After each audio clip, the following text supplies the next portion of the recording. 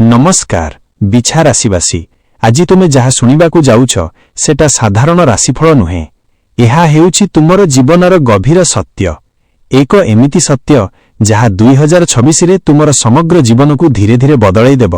तुमे शायद एबे भाबुछ सबुकिछि साधारण अछि, किंतु सत्य हेउछि तुमर लाइफ रे ऑलरेडी चेंज आरंभ होई जाइछि।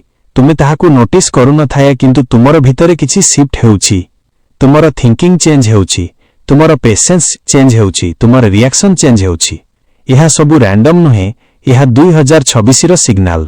पुराण रे कुहा जाए जेतेबेले जमराज काहार जीवन रे प्रवेश करंती सेठारे किछि शेष हुए एवं किछि नूतन आरंभ हुए।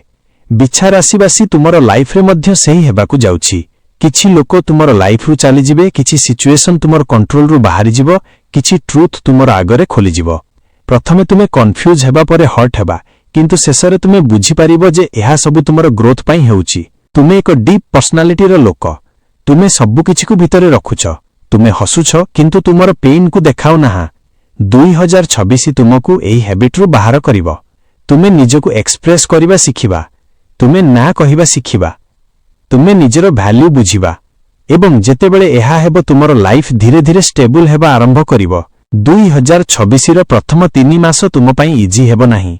तुमे फील करिपार जे काम स्लो चालुछि, मनी फ्लो कमी जाउछि एवं माइंड डिस्टर्ब हेउछि, किंतु एहा एक प्रिपरेशन फेज। एहा तुमको स्ट्रांग करूछि। एप्रिल रु जून मध्यरे तुमे एक अपॉर्चुनिटी देखिबा, यहा तुमर डायरेक्शन चेंज करिपारे। एहा जॉब होई पारे, बिजनेस होई पारे किंबा एक डिसीजन जहा तुमर फ्यूचर को नूतन मार्ग देबो, किंतु एठी तुमे केयरफुल रहिबाकू पड़िबो। जुलाई रु सेप्टेम्बर मध्यरे तुमे रिस्क नेले लॉस होई पारे। तुमे पेशेंस रखिबाकू पड़िबो, प्लानिंग उपरे फोकस करिबाकू पड़िबो। जदि तुमे इंपल्स रे डिसीजन नेले तेबे प्रॉब्लम हेबो, किंतु जदि तुमे काम रहिबा तेबे अक्टोबर परे तुमर लाइफ स्मूथ हेबा आरंभ हेबो। लव लाइफ विषय रे कहिले एहा तुम पई सबुठारु इमोशनल पार्ट हेबो। तुमर पास्ट तुमको फेरी डाकी पारे। केही लोक तुमर लाइफ रे फेरी आसी पारे।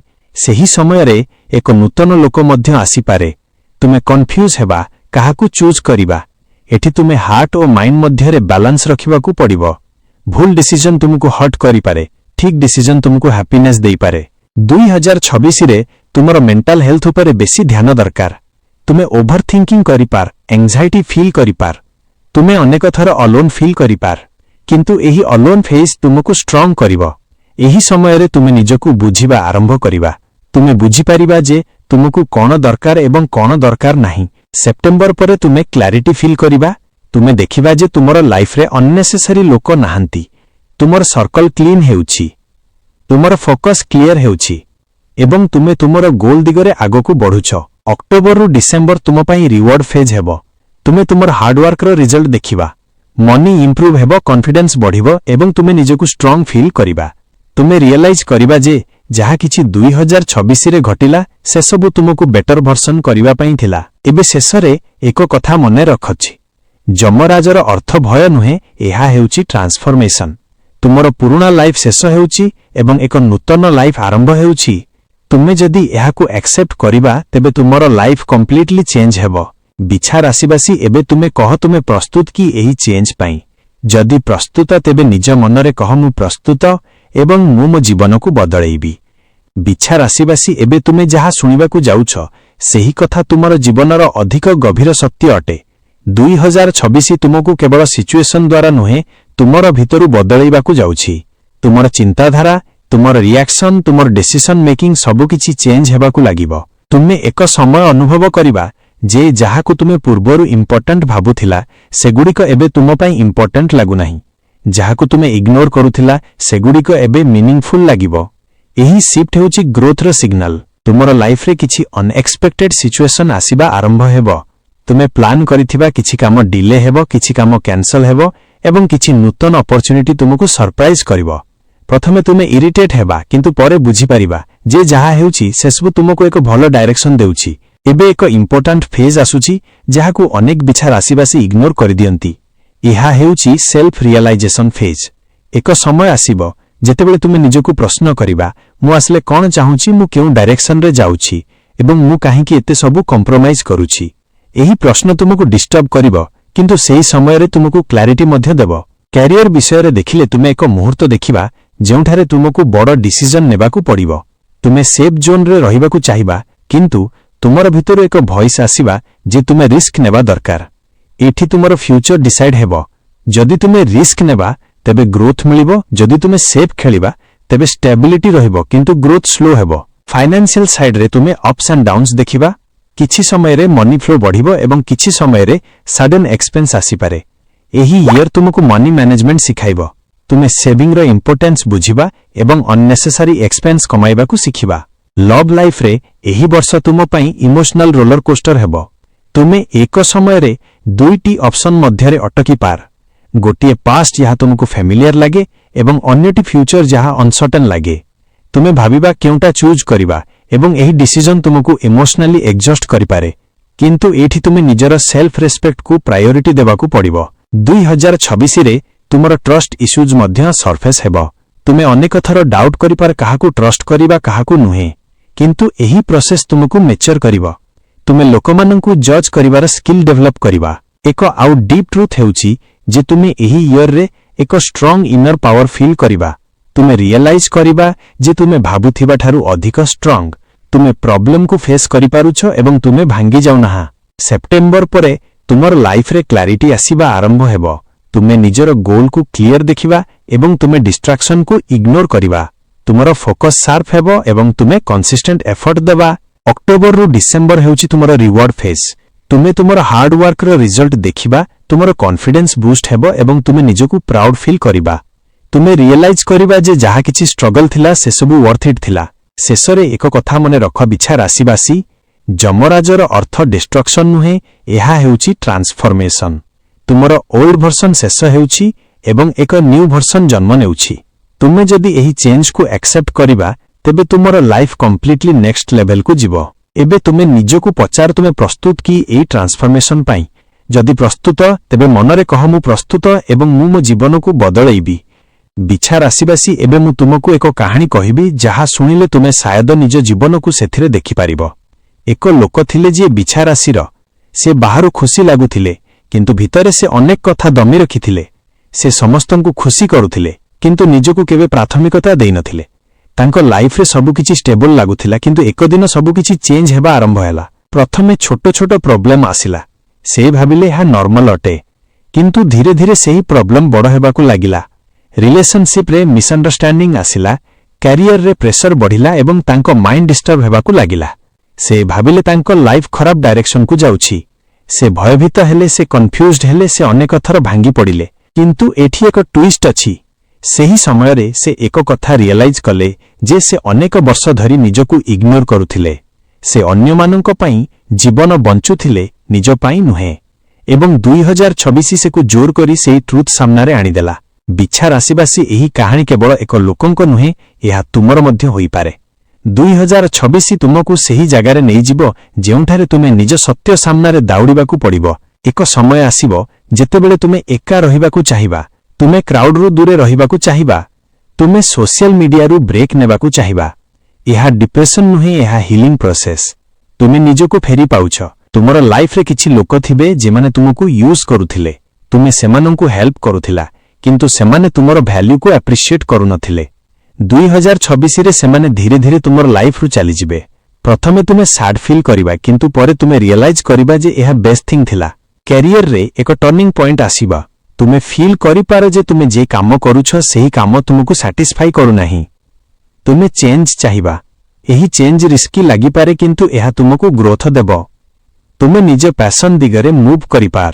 ଏବେ ଏକ ପାୱାରଫୁଲ ମୋମେଣ୍ଟ ଆସିବ। ଏକ ଦିନ ତୁମେ ବସି ଭାବିବା ଯେ ମୁଁ ଆଉ କେମିତି ଲାଇଫ ବଞ୍ଚିବି। ଏହି ମୁହୂର୍ତ୍ତ ହେଉଛି ତୁମର ରିବର୍ଥ ମୋମେଣ୍ଟ। ଏଠାରୁ ତୁମର ଲାଇଫ କମ୍ପ୍ଲିଟଲି ଚେଞ୍ଜ ହେବ। ଲଭ୍ ଲାଇଫରେ ତୁମେ ଏକ ପେନଫୁଲ ଟ୍ରୁଥ୍ ଫେସ୍ କରିପାର। ଯାହାକୁ ତୁମେ ଡିପଲି ଲଭ୍ କରୁଥିଲା ସେ ତୁମ ପାଇଁ ରାଇଟ୍ ନୁହେଁ। ଏହି ରିଏଲାଇଜେସନ ତୁମକୁ ହଟ୍ କରିବ କିନ୍ତୁ ଏହା ତୁମକୁ ଫ୍ରି କରିଦେବ। ତୁମେ ଟକ୍ସିକ୍ ବଣ୍ଡରୁ ବାହାରି ପାରିବା। ତୁମର ଇଣ୍ଟୁଇସନ 2026ରେ ବହୁତ ଷ୍ଟ୍ରଙ୍ଗ ହେବ। ତୁମେ ଆଗରୁ ଫିଲ୍ କରିପାର କି କ'ଣ ଠିକ୍ କ'ଣ ଭୁଲ। ତୁମେ ଲୋକମାନଙ୍କ ଇଣ୍ଟେନ୍ସନ ବୁଝିପାରିବା। ଏହି ପାୱାର ତୁମକୁ ପ୍ରୋଟେକ୍ଟ କରିବ। ଫାଇନାନ୍ସିଆଲ ସାଇଡ୍ରେ ତୁମେ ଏକ ଲେସନ ଶିଖିବା। ତୁମେ ଜାଣିପାରିବା ଯେ ମନି ଆସିବା ଯାଇବା ନ୍ୟାଚୁରାଲ କିନ୍ତୁ ଷ୍ଟେବିଲିଟି ପାଇଁ ପ୍ଲାନିଂ ଦରକାର। ତୁମେ ଫ୍ୟୁଚର ପାଇଁ ସେଭିଂ କରିବା ଆରମ୍ଭ କରିବା। 2026 ଶେଷରେ ତୁମେ ନିଜକୁ କମ୍ପ୍ଲିଟଲି ଡିଫରେଣ୍ଟ ଫିଲ୍ କରିବା। ତୁମେ ଷ୍ଟ୍ରଙ୍ଗ ହେବା, ତୁମେ କ୍ଲିୟର ହେବା ଏବଂ ତୁମେ କନଫିଡେଣ୍ଟ ହେବା। ତୁମେ ରିଏଲାଇଜ କରିବା ଯେ ଯାହାକୁ ତୁମେ ପ୍ରୋବ୍ଲେମ ଭାବୁଥିଲା ସେହି ସବୁ ବ୍ଲେସିଂ ଥିଲା। ବିଛା ରାଶିବାସୀ ଏହି ଇୟର ତୁମକୁ ବ୍ରେକ୍ କରିବା ପାଇଁ ନୁହେଁ, ତୁମକୁ ବିଲ୍ଡ କରିବା ପାଇଁ ଆସିଛି। ତୁମେ ଯଦି ଷ୍ଟ୍ରଙ୍ଗ ରହିବା ତେବେ ତୁମେ ଏହି ଇୟରକୁ ଜିତିପାରିବା। ଏବେ ତୁମେ ନିଜକୁ କହ, ମୁଁ ଭୟ କରୁନାହିଁ, ମୁଁ ଚେଞ୍ଜକୁ ଆକ୍ସେପ୍ଟ କରୁଛି ଏବଂ ମୁଁ ମୋ ଜୀବନକୁ ନେକ୍ସଟ ଲେଭେଲକୁ ନେଉଛି। ବିଛା ରାଶିବାସୀ ଏବେ ସମୟ ଆସିଗଲା ସବୁଠାରୁ ବଡ଼ ସତ୍ୟ ଜାଣିବାର। ଏପର୍ଯ୍ୟନ୍ତ ତୁମେ ଯାହା ଶୁଣିଲା ସେଗୁଡ଼ିକ କେବଳ ସଂକେତ ଥିଲା, କିନ୍ତୁ ଏବେ ଯାହା ଆସୁଛି ସେହି ହେଉଛି ତୁମର 2026ର ଆସଲ ରିଆଲିଟି। ତୁମେ ଏକ ଏମିତି ମୋଡ଼ରେ ପହଞ୍ଚିବା ଯେଉଁଠାରେ ତୁମେ ଦୁଇଟି ରାସ୍ତା ଦେଖିବା। ଗୋଟିଏ ରାସ୍ତା ହେଉଛି ପୁରୁଣା ଲାଇଫ୍ ଯେଉଁଠାରେ ତୁମେ କମ୍ପ୍ରମାଇଜ କରୁଥିଲା, ତୁମେ ନିଜକୁ ଇଗ୍ନୋର କରୁଥିଲା ଏବଂ ତୁମେ ସେଫ୍ ରହୁଥିଲା। ଅନ୍ୟ ରାସ୍ତା ହେଉଛି ନୂତନ ଲାଇଫ୍ ଯେଉଁଠାରେ ରିସ୍କ ଅଛି, ଅନସର୍ଟେନିଟି ଅଛି, କିନ୍ତୁ ଗ୍ରୋଥ ମଧ୍ୟ ଅଛି, ଫ୍ରିଡମ୍ ମଧ୍ୟ ଅଛି ଏବଂ ସେଲ୍ଫ ରେସ୍ପେକ୍ଟ ମଧ୍ୟ ଅଛି। ଏହି ମୁହୂର୍ତ୍ତ ହେଉଛି ତୁମର ଡେଷ୍ଟିନି ଡିସାଇଡିଂ ମୋମେଣ୍ଟ। ତୁମେ ଯେ ରାସ୍ତା ଚୁଜ୍ କରିବା ତୁମର ଆଗାମୀ ଅନେକ ବର୍ଷ ସେହି ଡାଇରେକ୍ସନରେ ଯିବ ଏବଂ ସତ୍ୟ କଥା ହେଉଛି 2026 ତୁମକୁ ପୁଶ୍ କରିବ ନୂତନ ରାସ୍ତା ଦିଗରେ। ଏବେ ତୁମେ ବୁଝିପାରୁଛ ଯେ ଯମରାଜର ଅର୍ଥ କ'ଣ? ଏହା ମୃତ୍ୟୁ ନୁହେଁ, ଏହା ହେଉଛି ତୁମର ପୁରୁଣା ଭର୍ସନର ଶେଷ। ତୁମର ସେହି ଭର୍ସନ ଯାହା ଫିୟରରେ ଜୀବନ ବଞ୍ଚୁଥିଲା, ଯାହା ଅନ୍ୟମାନଙ୍କ ପାଇଁ ଜୀବନ ବଞ୍ଚୁଥିଲା, ଯାହା ନିଜକୁ ଅଣ୍ଡର ଏଷ୍ଟିମେଟ୍ କରୁଥିଲା। 2026ରେ ଏକ ପରେ ଏକ ସିଚୁଏସନ୍ ତୁମକୁ ଚ୍ୟାଲେଞ୍ଜ କରିବ। ତୁମେ ଅନେକ ଥର ଫିଲ୍ କରିପାର ଯେ ମୁଁ ଆଉ ହ୍ୟାଣ୍ଡେଲ୍ କରିପାରୁନାହିଁ, କିନ୍ତୁ ସେହି ସମୟରେ ତୁମର ଭିତରୁ ଏକ ଶକ୍ତି ବାହାରିବ ଯାହା ତୁମକୁ ଆଗକୁ ବଢ଼ାଇବ। ତୁମେ ନିଜେ ଆଶ୍ଚର୍ଯ୍ୟ ହେବା ଯେ ତୁମେ କେତେ ଷ୍ଟ୍ରଙ୍ଗ। ତୁମର ଲାଇଫରେ ଏକ ମୋମେଣ୍ଟ ଆସିବ ଯେତେବେଳେ ତୁମେ କମ୍ପ୍ଲିଟଲି ଏକା ଫିଲ୍ କରିବା। ତୁମେ ଭାବିବା କେହି ମୋ ସାଙ୍ଗରେ ନାହିଁ, କିନ୍ତୁ ସେହି ମୋମେଣ୍ଟ ହେଉଛି ତୁମର ବିଗେଷ୍ଟ ଟର୍ଣ୍ଣିଂ ପଏଣ୍ଟ। କାରଣ ସେହି ସମୟରେ ତୁମେ ନିଜ ସାଙ୍ଗରେ ହେବା, ତୁମେ ନିଜକୁ ସପୋର୍ଟ କରିବା ଶିଖିବା। ଏବେ ଧୀରେ ଧୀରେ ସବୁକିଛି ଚେଞ୍ଜ ହେବା ଆରମ୍ଭ କରିବା। ତୁମେ ଯେଉଁଠାରେ ନିଜକୁ ୱିକ୍ ଭାବୁଥିଲା ସେଠାରେ ତୁମେ ଷ୍ଟ୍ରଙ୍ଗ ଫିଲ୍ କରିବା। ଯେଉଁଠାରେ ତୁମେ ଭୟ କରୁଥିଲା ସେଠାରେ ତୁମେ କନଫିଡେଣ୍ଟ ଫିଲ୍ କରିବା। କ୍ୟାରିୟରରେ ତୁମେ ଏକ ଏମିତି ଷ୍ଟେଜରେ ପହଞ୍ଚିବା ଯେଉଁଠାରେ ଲୋକମାନେ ତୁମକୁ ସିରିୟସଲି ନେବେ। ତୁମର ହାର୍ଡୱାର୍କର ରିଜଲ୍ଟ ଦେଖାଯିବ। ତୁମେ ରେସ୍ପେକ୍ଟ ପାଇବା ଏବଂ ତୁମେ ନିଜର ଭ୍ୟାଲ୍ୟୁ ରିଏଲାଇଜ କରିବା। ଲଭ୍ ଲାଇଫରେ ମଧ୍ୟ କ୍ଲାରିଟି ଆସିବ। ତୁମେ ଜାଣିପାରିବା କିଏ ତୁମ ପାଇଁ ରାଇଟ୍। ଯେଉଁମାନେ ଫେକ୍ ଥିଲେ ସେମାନେ ଅଲରେଡି ଚାଲି ଯାଇଥିବେ, ଯେଉଁମାନେ ରିଏଲ୍ ସେମାନେ ତୁମ ସାଙ୍ଗରେ ରହିବେ। ଫାଇନାନ୍ସିଆଲ ସାଇଡରେ ତୁମେ ଷ୍ଟାବିଲିଟି ଦେଖିବା। ତୁମେ ଯେ ଲେସନ୍ସ ଶିଖିଥିଲା ସେସବୁ ଏବେ ରିଜଲ୍ଟ ଦେବ। ତୁମେ ସ୍ମାର୍ଟର ଡିସିଜନ୍ ନେବା ଏବଂ ତୁମର ଫ୍ୟୁଚର ସିକ୍ୟୁର କରିବା। ଏବଂ ଶେଷରେ ଏକ ଦିନ ତୁମେ ତୁମର ପାଷ୍ଟକୁ ଦେଖିବା ଏବଂ ହସିବା। ତୁମେ ଭାବିବା ଯେ ମୁଁ କେତେ ଚେଞ୍ଜ ହୋଇଗଲି। ତୁମେ ରିଏଲାଇଜ କରିବା ଯେ ଯାହାକୁ ତୁମେ ଭୟ କରୁଥିଲା ସେହି ସବୁ ତୁମକୁ ଆଜି ଏହି ଷ୍ଟ୍ରଙ୍ଗ ଭର୍ସନ କରିଦେଲା। ବିଛା ରାଶିବାସୀ 2026 ତୁମର ଲାଇଫ୍ ଚେଞ୍ଜିଂ ଇୟର। ଏହା ତୁମକୁ ଟେଷ୍ଟ କରିବ, ଏହା ତୁମକୁ ବ୍ରେକ୍ କରିବ ଏବଂ ଶେଷରେ ଏହା ତୁମକୁ ବିଲ୍ଡ କରିଦେବ। ଏବେ ସବୁକିଛି ତୁମ ହାତରେ ଅଛି। ତୁମେ ଭୟ କରିପାର କିମ୍ବା ତୁମେ ଗ୍ରୋ କରିପାର। ତୁମେ ରୁହିପାର କିମ୍ବା ତୁମେ ଆଗକୁ ବଢ଼ିପାର। ତେଣୁ ଏବେ ନିଜ ମନରେ ଜୋରରେ କହ, ମୁଁ ଭୟ କରୁନାହିଁ, ମୁଁ ଷ୍ଟ୍ରଙ୍ଗ ଅଛି ଏବଂ ମୁଁ ମୋ ଜୀବନକୁ ଚେଞ୍ଜ କରିବି। ଏବଂ ଯଦି ତୁମେ ଏଠା ପର୍ଯ୍ୟନ୍ତ ଶୁଣିଛ ତେବେ ଏହା କୌଣସି କୋଇନ୍ସିଡେନ୍ସ ନୁହେଁ। ଏହା ଏକ ସିଗ୍ନାଲ ଯେ ତୁମେ ରେଡି ଅଛ। ଏହି ସନ୍ଦେଶକୁ ମନେ ରଖନ୍ତୁ ଏବଂ ଏହାକୁ ଅନ୍ୟ ବିଛା ରାଶିବାସୀଙ୍କ ସହିତ ସେୟାର କର, କାରଣ କେହି ଏହାକୁ ଶୁଣିବାକୁ ଅପେକ୍ଷା କରୁଛନ୍ତି। 2026 ତୁମର ଇୟର, ଏହାକୁ ମିସ୍ କରନି। ଯଦି ଏହି ଭିଡ଼ିଓ ଆପଣଙ୍କ ମନକୁ ଛୁଇଁଥିଲା ତେବେ ଲାଇକ୍ କରନ୍ତୁ ଏବଂ ଆଷ୍ଟ୍ରୋଭାଗ୍ୟ ଚ୍ୟାନେଲକୁ ସବସ୍କ୍ରାଇବ୍ କରନ୍ତୁ।